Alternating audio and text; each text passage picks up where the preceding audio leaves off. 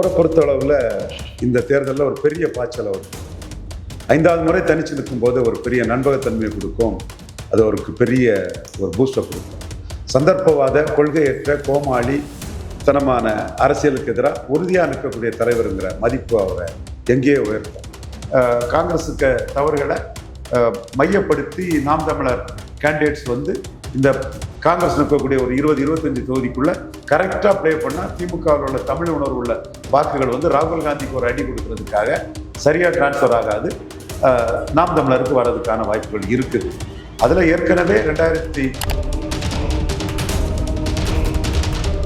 இப்பவும் திமுக உள்ள தமிழ் உணர்வு உள்ள தொண்டர்கள் காங்கிரஸுக்கு போடாமல் அந்த கூட்டணி கட்சி தொகுதிகளில் நாம் தமிழருக்கு வாக்களிக்க வாய்ப்பு இருக்கு. திமுக தொண்டர்களே வாய்ப்பு இருக்கு. ஏன்னா காங்கிரஸ் அந்த அளவுக்கு ராகுல் காந்தி தூண்டி விட்டு ஸ்டாலினை அவமானப்படுத்துகிற மாதிரி பண்ணிட்டாரு. பட் ஸ்டாலின் அதை மேக்கப் பண்ணி காங்கிரஸுக்காக தான் நிற்பார். அவர் கூட்டணி தரணும்னு தான் நிற்பார். பட் அந்த தொண்டர்கள் மத்தியில் காங்கிரஸுக்குள்ள அந்த திருட்டுத்தனத்தை நாம் தமிழர் களத்துக்குள்ளே கொண்டு போய் சந்தர்ப்பவாத கூட்டணி நோக்கமே லாப நோக்கம் தாங்கிறத கொண்டு போனால் அந்த தொகுதிகளில் நாம் தமிழருக்கு ஒரு இது இருக்கு. ஆலய நுழைவு விஷயக்குள்ள சீமான் தான் கவர்மெண்ட்டுக்கு எதிராக அரசுக்கு எதிராக இருக்கிறாரு. அப்போ சீமானுக்கு ரெட்டலைக்கு ஓட்டு போட்ட பறையர்கள் வாக்கு கிடைக்க வாய்ப்பு இருக்கு. திருமாவளவனை நம்பி போட்ட உதயசூரியன் போட்ட பறையர் வாக்குகளும் சீமானுக்கு வந்துடக்கூடாதுங்கிறதுக்காக தான் திருமாவளவன் அந்த இடத்துக்குள்ள விஜய்க்கு முக்கியத்துவம் கொடுத்து சீமானுக்கு எதிரான ஒரு அரசியலையும் அவர் பண்றாரு. இப்படி பல கட்சிகள் மத்தியில் கூட்டணி குழப்பங்கள் சீமானுக்கு பூஸ்டை கொடுக்கும். என்டிஏ ஓட்டில் தான் பெரிய பூஸ்டை கொடுக்கும். ஸோ சீமான் இந்த மக்களுக்காக தெளிவாக நிற்கும் போது இந்த மக்கள் சினிமா தியேட்டரை பார்த்துட்டு ஓட்டை போடக்கூடிய ஆட்கள் கிடையாது. அப்படி நீங்கள் நினைச்சீங்கன்னா அது உங்களோட அறியாமை தவறு, முழுக்க தவறு. 52 காமராஜுக்கு பறையர்கள் பேக்கிங் கம்யூனிட்டி, 57 62 எம்ஜிஆருக்கு 77 80 84 திருமாவளவன் வெற்றிகராட்டு 3 எலெக்ஷனில் பறையர் கம்யூனிட்டி இருக்கிறாங்க. ஸோ நீங்கள் போலரைசேஷனுக்கு இடையில விஜய் என்ன பாடுபட போறாருங்கிறது அவர் எடுக்க முடிவை பொறுத்து இருக்குது. சீமானை பொறுத்த அளவில்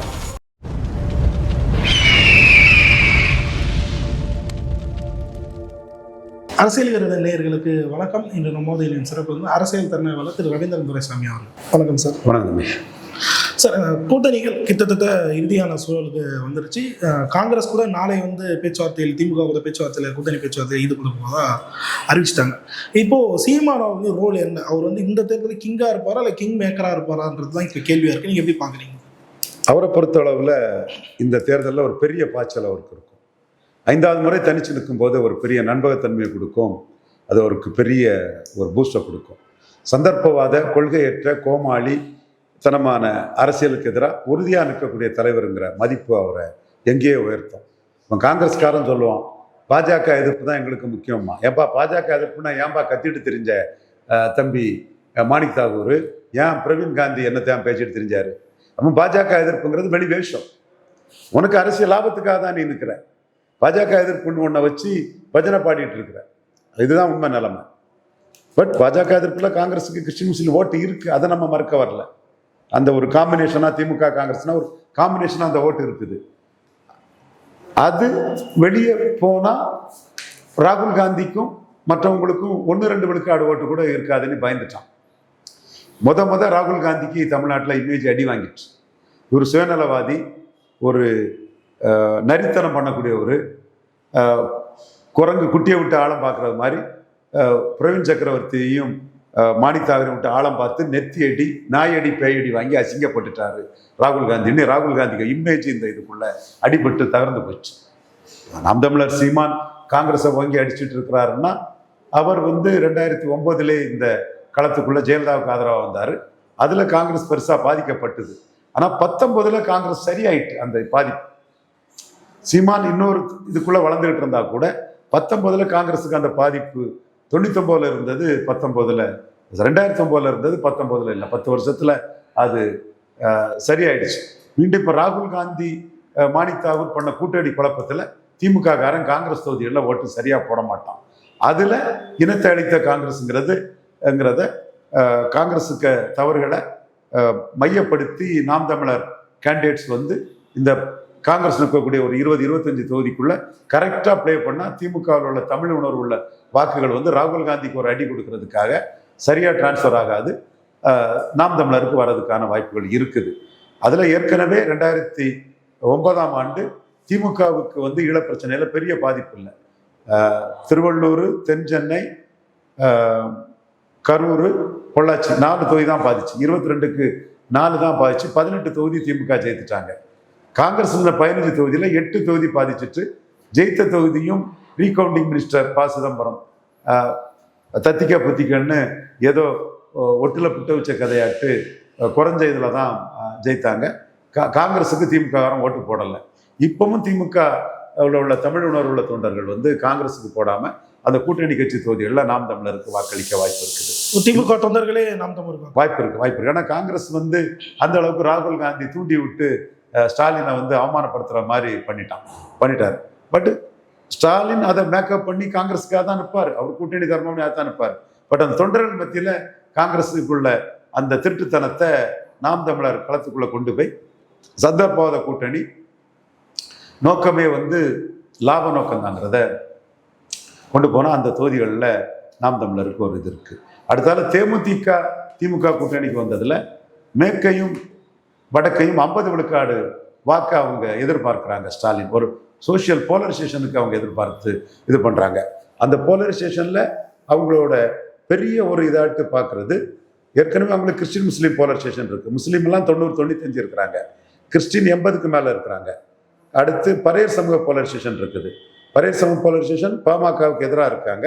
இப்போ பாமக பிளவுபட்டதுனால அந்த போலரைசேஷனில் ஒரு சின்ன சேதாரம் வரலாம். அடுத்து அவங்களுக்கு இப்போ தெலுங்கு தாய்மொழி மக்கள் போலரைசேஷன் வந்து நாம் தமிழர் எழுச்சியால் அவங்களுக்கு கிடைக்குது. நாம் தமிழர் எழுச்சி வந்து தெலுங்கு தாய்மொழி மக்கள் போலரைசேஷனை வந்து மு.க. ஸ்டாலின் பக்கம் கொண்டு போகுது. காரணம் அருந்ததியர் உள்ளொதுக்கீடுங்கிறது கலைஞர் கருணாநிதி கொடுத்தது தெய்வமா அவங்க வணங்குறாங்க. ரெட்டலைக்கு ஓட்டு போட்ட அந்த சமூகனை உதயசூரியனுக்கு முழுக்க மாறிட்டாங்க. நீங்க ஒரு 80 விழுக்காடு அருந்ததியர் மக்கள் வந்து 2024க்கு முன்ன நடந்த இடைத்தேர்தலில் கை சின்னத்துக்கு இளங்கோவனுக்கு ஈரோடு கிழக்கில் போட்டாங்க. இப்போ 100% அருந்ததியர் மக்களும் நாயுடு சமூக மக்களும் பிற தெலுங்கு தாய்மொழி மக்களும் நாம் தமிழருக்கு எதிராக போட்டாங்க. இந்த நாம் தமிழருக்கு எதிராக போட்ட இந்த கள அரசியலை ஏட்டு சொரக்கா, காகித புலி, ஏசியூர் மாலாக்களா, கள அரசியலுங்கிறது ஈரோடு கிழக்கில் நடந்த இடைத்தேர்தல். அது களம். இடைத்தேர்தல் ஆளுங்கட்சி தான் இது பண்ணுவாங்கனாலும் அது ஒரு களம், அரசியல் களம். அந்த களத்துக்குள்ள சீமான் வர்சஸ் ஸ்டாலின் தான் நின்று, பெரியார் மண்ணா பெரியாரே மண்ணா தான் நின்று, தமிழ் தேசியமா திராவிடமா தான் நின்று. இதுல திராவிடத்துக்கு ஆதரவாட்டு, அந்த பெரியாருக்கு ஆதரவாட்டு, மு.க. ஸ்டாலினுக்கு ஆதரவாட்டு 100 விழுக்காடு நாயுடு சமூக மக்களும் அருந்ததியர் சமூக மக்களும் வாக்களிச்சுட்டாங்க உதயசூரியனுக்கு. களத்துல இல்லாத எடப்பாடி பழனிசாமி கோட்டை விட்டுட்டாரு. களத்துல இல்லாத விஜய் கோட்டை விட்டுட்டாப்புல. காங்கிரஸ் களத்துல இல்லைன்னாலும் கூட திமுக அவங்க சார்பா நின்றுட்டாங்க. ஸோ இந்த களத்தை வந்து அப்படி பர்பச்சுவேட் பண்றதுக்காக தேமுதிகவை கூட்டணியில் சேர்த்துட்டாப்புல. தேமுதிக 2024ல் 2.7 விழுக்காடு வாக்கெடுத்திருக்காங்க. பெரிய அளவில் வந்து அதிமுக பல தொகுதிகளில் டெபாசிட் இழக்காம காப்பாற்றி விட்டுருக்குறாங்க. கோயம்புத்தூர்லாம் தேமுதிக இல்லைன்னா அதிமுக டெபாசிட் இழந்திருக்கும். ஸோ இப்போ இந்த வாக்குகள் வந்து அப்படியே திராவிட முன்னேற்ற கழகத்துக்கு கன்சால்டேட் ஆகும். இப்போ விஜய் பிரபாகரன் பிரச்சாரம் பண்ணாருன்னா போயர், ஒட்டர், தொட்டிய நாயக்கர், இவங்க தேவாங்கர் செட்டியார், 24 மலை செட்டியாருன்னு இந்த மக்களோட வாட்டு கவரா நாயுடு, கம்மா நாயுடு, கஞ்சம் ரெட்டி, இந்த மக்களோட இந்த வாக்குகளை வந்து ஏற்கனவே திமுக நோக்கி கன்சால்டேட் ஆகிட்டு இருக்கக்கூடியவங்க, அருந்ததியர் ஒதுக்கீடு, ஜிடி நாயுடு பாலம், இதெல்லாம் பெரிய அளவில் கன்சால்டேட் ஆயிரும். மேலும் எடப்பாடி பழனிசாமிக்கும் எதிராக தான் அவங்க இருப்பாங்க. அதுதான் பூத் வைஸ் டேட்டாவிலே நமக்கு தெரியுது. 10 விழுக்காடு வாக்கு தான் எடப்பாடி பழனிசாமிக்கு பரையர் பூத்தில் கிடைச்சது, அருந்ததியர் பூத்தில் கிடைச்சது, நாயுடு பூத்தில் கிடைச்சது, செங்குந்தர் பூத்தில் கிடைச்சது. அதனாலதான் மீண்டும் ஒரு தடவை நின்னா நம்ம அசிங்கப்பட்டு போவோம். சீமானுக்கு ஒரு எழுச்சி வந்து நாம அசிங்கப்பட்டு போனோம்னா அது தமிழ்நாடு ஃபுல்லா தெரிஞ்சிரும்னு ஈரோடு கிழக்க விட்டு ஓடிட்டாரு. இந்த போலரைசேஷன்ல சீமானுக்கு ஒரு எழுச்சி வந்து நாம அசிங்கப்பட்டு போவோம்னு தான் எடப்பாடி பழனிசாமி ஈரோடு கிழக்கு களத்தை விட்டு ஓடிட்டாரு. களத்துக்குள்ள வந்திருந்தா சீமானுக்கு ஒரு 5-6 விழுக்காடு வாக்கு உயர்ந்து எடப்பாடிக்கு 5-6 வாக்கு குறைஞ்சாருன்னா அவருக்கு ஆற்றல் அரசு ஈரோடு கிழக்கு செக்மெண்ட் எடுத்த 23ல் ஒரு 6 குறைஞ்சதுன்னா அது 17ங்கிற லெவல்லையும், சீமான் எடுத்த 8.3 3ல் ஒரு 6 குறைஞ்சுன்னா அது 14ங்கிற முறையில வந்துட்டுன்னா எடப்பாடிக்கும் சீமானுக்கும் கொங்கு மண்டலத்திலே வித்தியாசம் இல்லைங்கிறது மக்கள் மத்தியில தெரிஞ்சிட்டுன்னா அது சீமானுக்கு தமிழ் தேசிய அரசியலுக்கு பெரிய எழுச்சியாகவும், எதிர்ப்புறத்துல திமுக சேடு கன்சால்டேட் ஆகக்கூடிய தன்மையிலும் எடப்பாடி பழனிசாமி பலகீனப்பட்டதும் தெரிஞ்சு போகும். இப்பவும் கூட சீமானுக்கு எதிராக அதிமுகவில் உள்ள அருந்ததியர்களும் நாயுடுகளும் தான் இங்க போட்டாங்க, எங்க ஸ்டாலினுக்கு போட்டாங்க. அவங்க தேமுதிகவை சேர்த்த பிறகு ஸ்டாலின் பக்கமே தங்கிறதுக்கான சூழ்நிலைகளும் சிறப்பா இருக்குது. இந்த இடத்துக்குள்ள நோட்டாவுக்கு ஓட்டு போட்டது அதிமுகவில் சீமான் வளர்ச்சியை ஏற்றுக்கொள்ளக்கூடிய கவுண்டர் போட்டிருப்பாங்க, ஏற்றுக்கொள்ளாத கொஞ்சம் கவுண்டர் தான் நோட்டாவுக்கு போட்டாங்க. சொல்லூர் ராஜு நோட்டாவுக்கு போட சொன்னார், பெரியாருக்கு எதிராக பேசிட்டாருங்கிற அடிப்படையில். அப்ப இந்த போலரைசேஷன்ல திமுக வந்து கெயின் அடைகிறாங்க. இந்த கெயின் தேமுதிக கூட்டணி சேரும் போது பெரிய அளவில் நடக்கும். அப்போ இதுல தமிழ் ஜாதிகள் எடப்பாடி பழனிசாமியும் அருந்ததியர் உள்ஒதுக்கீடுக்காக தான் நிற்கிறாரு. சீமான் தான் பறையர் தேவேந்திர குல வேளாளருக்காக நிற்கிறாரு. அப்போ அங்கே வாழக்கூடிய பறையர் தேவேந்திர குல வேளாளர் மக்கள் மத்தியில் சீமானுக்கு வாக்கு வங்கி கூடும், எடப்பாடிக்கு குறையும். அப்போ ஸ்டாலின் கொடுத்ததை கன்சால்டேட் பண்ணிட்டு இருக்கிறாரு. எடப்பாடி கவுண்டர் பிளஸ் அருந்ததியர் நின்னாதான் ஜெயிக்கும்னு அவரும் அந்த இஷ்யூக்குள்ளே போறாரு. சீமான் தெளிவா பறையர் தேவேந்திர குல வேளாளர் தமிழ் ஜாதிக்காக நிற்கிறாருன்னு சொல்லும் போது அது சீமானுக்கு வாக்கு வங்கி உயரும். அடுத்தால ஜிடி நாயுடு பாலத்துக்கு பேர சீமான் எதிர்க்கிறாரு. சீமான் எதிர்த்ததும் ஸ்டாலின் வந்து சுப்பிரமணியத்துக்கு பேர்ல ஒரு பாலம், தமிழர் சுப்பிரமணியம் மகாராஷ்டிரா கவர்னர்லாம் இருந்தாரு, ஒரு முக்கிய தலைவர், பசுமை புரட்சிக்கெல்லாம் வித்துட்டவர், பொலிட்டிக்கல் லைட் வெயிட் தான், பட் ஸ்டேட்ஸ்மேன், ஒரு பியூரோக்ராட்டிக் இதுல ஒரு அறிவுசார் இதுல இருந்தவர். அப்போ அவருக்கு பேர்ல பாலம் வைக்கிறாருன்னா சீமானுக்கு அழுத்தம் தான் இதுக்கு காரணம். அப்போ இந்த இடமும் வந்து சீமானுக்கு ஒரு வாக்கு வங்கி உயரும், அந்த சைடு ஸ்டாலின் கன்சால்டேட் ஆவார். ஸோ இந்த கன்சால்டேஷன் ப்ராசஸ் இங்க நடக்கும். இதுல கூட்டணி அரசியல்ல எடப்பாடி பழனிசாமி இந்த இடத்துக்குள்ள ஜெயலலிதா முடிவுல இருந்து மாறி ஒரு அரசியல் பண்ணதுல அவர் பாதிப்படைவார். ஸோ காங்கிரஸ் தொகுதியில நாம் தமிழருக்கு வளர்ச்சி இருக்குது. இந்த மேற்கு மாவட்டத்தில் உள்ள போலரைசேஷன் பொலிட்டிக்ஸ்ல ஈரோடு கிழக்கு களத்துல நிற்காததுல ஸ்டாலினுக்கு ஒரு வளர்ச்சியும் நின்ன சீமானுக்கு ஒரு வளர்ச்சியும் இருக்குது, எடப்பாடி பழனிசாமிக்கு ஒரு பாதிப்பு இருக்குது. இதை தாண்டி பழைய சமூக ஓட்டு இப்ப எப்படி இருக்குங்கிறத பார்க்கணும். அதுல சீமானுக்கு முன்ன விட ஒரு பூஸ்ட் வர்றதுக்கான சாத்தியக்கூறுகள் இருக்குது. அதுதான் இன்னைக்கு கூட விஜயை ரெகனைஸ் பண்ணி பேசி திரும்ப பேசுறது காரணம் என்னன்னா, திருமாவோட சமூகமான பழைய சமூக இஷ்யூஸை சீமான் தான் பேசுறாரு, இவர் பேசல, யாரு விஜயெல்லாம் அதை பேசல. அப்ப இந்த ஓட்டுல கொஞ்சம் இந்த முறையும் சீமானுக்கு வந்து வளர்ச்சிக்கு வாய்ப்பு இருக்கு. மேல்பாதி மங்கலம் ஆலய நுழைவை வந்து சீமான் தான் அடிச்சு பேசுறாரு. ஸோ பரையர் சமூகம் பாமக அதிமுக வன்னியர் கட்சியா இருக்கிறதுல மேல்பாதி மங்கலம் ஆலய நுழைவுங்கிற ஆளுங்கட்சிக்கு எதிரான ஒரு இஷ்யூவை அவங்க எடுக்கல, சீமான் தான் எடுத்தாரு. எடுத்ததும் கோயில்ல நுழையலாங்கிறத உடனே சேகர் பாபு அனௌன்ஸ் பண்ணாரு. அப்ப இந்த இஷ்யூக்குள்ள ஆலய நுழைவு இஷ்யூக்குள்ள சீமான் தான் கவர்மெண்ட்டுக்கு எதிராக அரசுக்கு எதிராக இருக்கிறாரு. இவர் எடப்பாடியும் பாமகவும் இன்னொரு கோணத்துக்குள்ளதான் இருக்கிறாங்க. ஸோ இதுல ரெட்டலைக்கு போட்ட பறையர் வாக்குகள் வந்து சீமானுக்கு வர்றதுக்கு வாய்ப்பு இருக்குது. எப்படின்னா ரெட்டலைக்கு நம்ம பறையர்கள் மேல்பாதி மங்கலம் ஆலய நுழைவுனாலும் சரி, இது 5 விழுக்காடு பறையர் தேவேந்திர குல வேளாளர் இடஒதுக்கீட்டை உயர்த்தினாலும் சரி, ரெட்டலை கட்சி இந்த மக்களுக்காகவே இல்லை. அப்போ சீமானுக்கு ரெட்டலைக்கு ஓட்டு போட்ட பறையர்கள் வாக்கு கிடைக்க வாய்ப்பு இருக்கு. இது திருமாவளவனை நம்பி போட்ட உதயசூரியன் போட்ட பறையர் வாக்குகளும் சீமானுக்கு வந்துடக்கூடாதுங்கிறதுக்காக தான் திருமாவளவன் வந்து அந்த இடத்துக்குள்ள விஜய்க்கு முக்கியத்துவம் கொடுத்து சீமானுக்கு எதிரான ஒரு அரசியலையும் அவர் பண்றாரு. இப்படி பல கட்சிகள் மத்தியில கூட்டணி குழப்பங்கள் வந்து சீமானுக்கு பூஸ்டர் கொடுக்கும். என்டிஏ ஓட்டில் தான் பெரிய பூஸ்டர் கொடுக்கும். என்டிஏ வந்து ஈரோடு கிழக்குல நிற்காதது, விக்கிரவாண்டியில் நின்றுக்கிட்டு ஈரோடு கிழக்குல நிற்காதது சீமானுக்கு பெரிய பூஸ்ட். அண்ணாமலையை மாத்தினது சீமானுக்கு பெரிய பூஸ்ட். ஸோ என்டிஏ ஓட்டுகள் மோடி பிரதமர்னு அண்ணாமலைக்காக விழுந்த வாக்குகள், அந்த வாக்குகள் வந்து எடப்பாடிக்கு விடுறதுல பெரிய சிரமங்கள் இருக்குது. ஸோ அந்த வாக்குகளில் பெரும் பகுதி சீமானுக்கு கிடைக்கும். ஸோ அந்த கூட்டணி அரசியலில் உள்ள குளறுபடிகள், பொருந்தா கூட்டணிகள், சூழ்நிலையில் வந்த அடிதடிகள், அந்த முட்டல் மோதல்கள் வந்து தனிச்சு போட்டியிடக்கூடிய சீமானுக்கு வந்து மேலும் ஒரு வளர்ச்சியை கொடுக்கறதுக்கு ஏதுவாக அமையும். இதுதான் கூட்டணி அரசியலை தாண்டி தனிச்சு நிற்கக்கூடிய சீமானுக்கு இன்னைக்கு கிடைக்கக்கூடிய லாபம். தொடர்ந்து இருக்கக்கூடிய கூட்டணிகள், பொருந்தா கூட்டணிகள் எல்லாம் வந்து சீமானுக்கு வந்து மேலும் வளர்ச்சி கொடுக்கறதுக்கு வாய்ப்பாக அமைகிறது. குறிப்பா சார் காங்கிரஸ் நம்ம கூட கூட்டணி வந்துருவாங்கன்னு சொல்லிட்டு ஒரு ஆசையில இருந்த தாவேக்காவுக்கு இப்போ காங்கிரஸ் ஒரு செய்தி வெளியாவது நாளை வந்து திமுக கூட வந்து கூட்டணி பேச்சுவார்த்தை நடைபெற போகுது. இப்போ விஜய் அவர்கள் தனித்து போட்டியிட சாத்தியம் இருக்கா?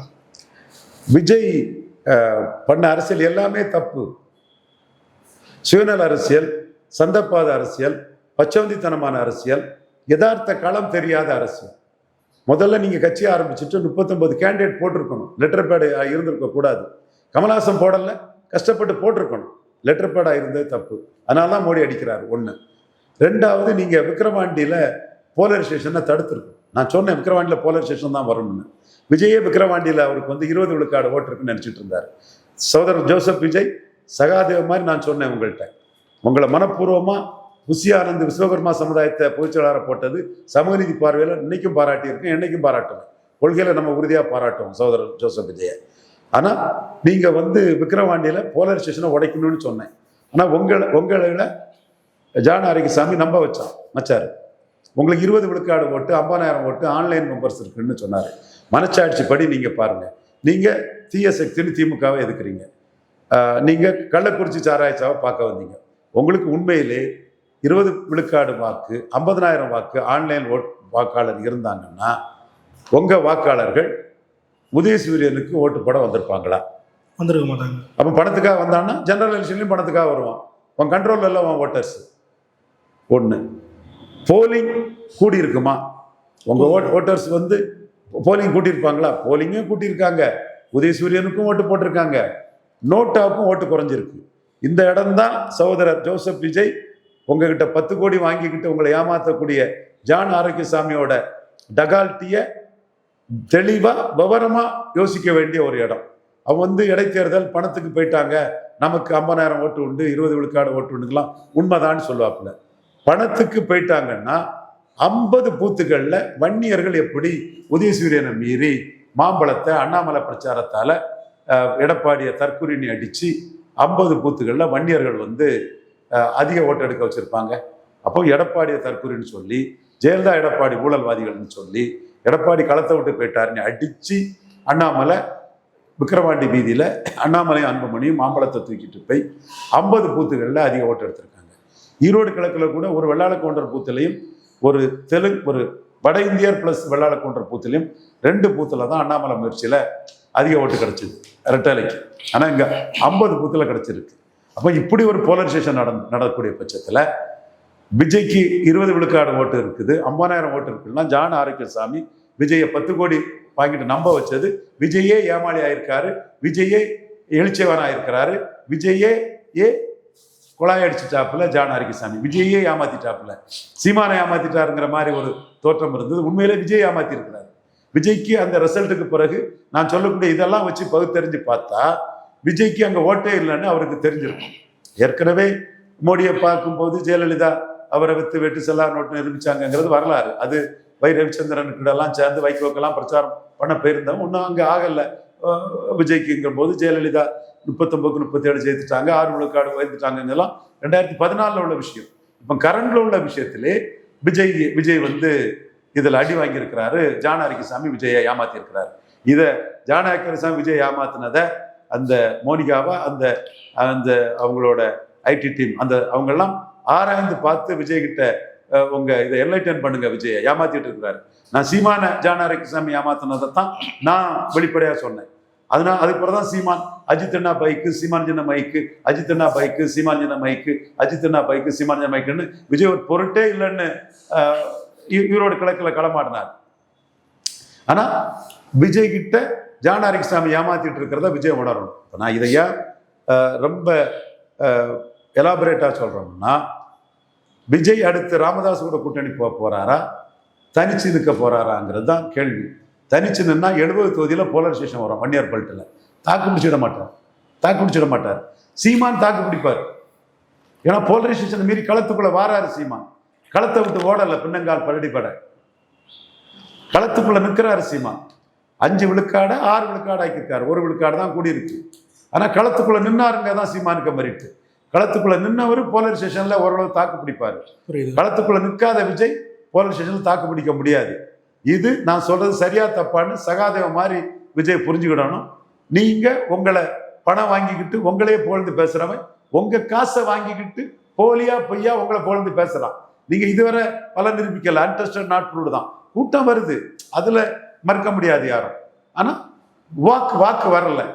இப்ப போலரிஸ்ட் பொலிட்டிக்ஸ் உள்ள விஜய் தனிச்சு நிற்கிறாருன்னா உங்களோட பரையர் சமூக அபிமானிகள் உங்க கூட நிற்க மாட்டான். அவன் அதிமுக பாமகவை தோக்கடிக்கிறதுக்கு தான் முன் பிரியாரிட்டி கொடுத்து போவான்.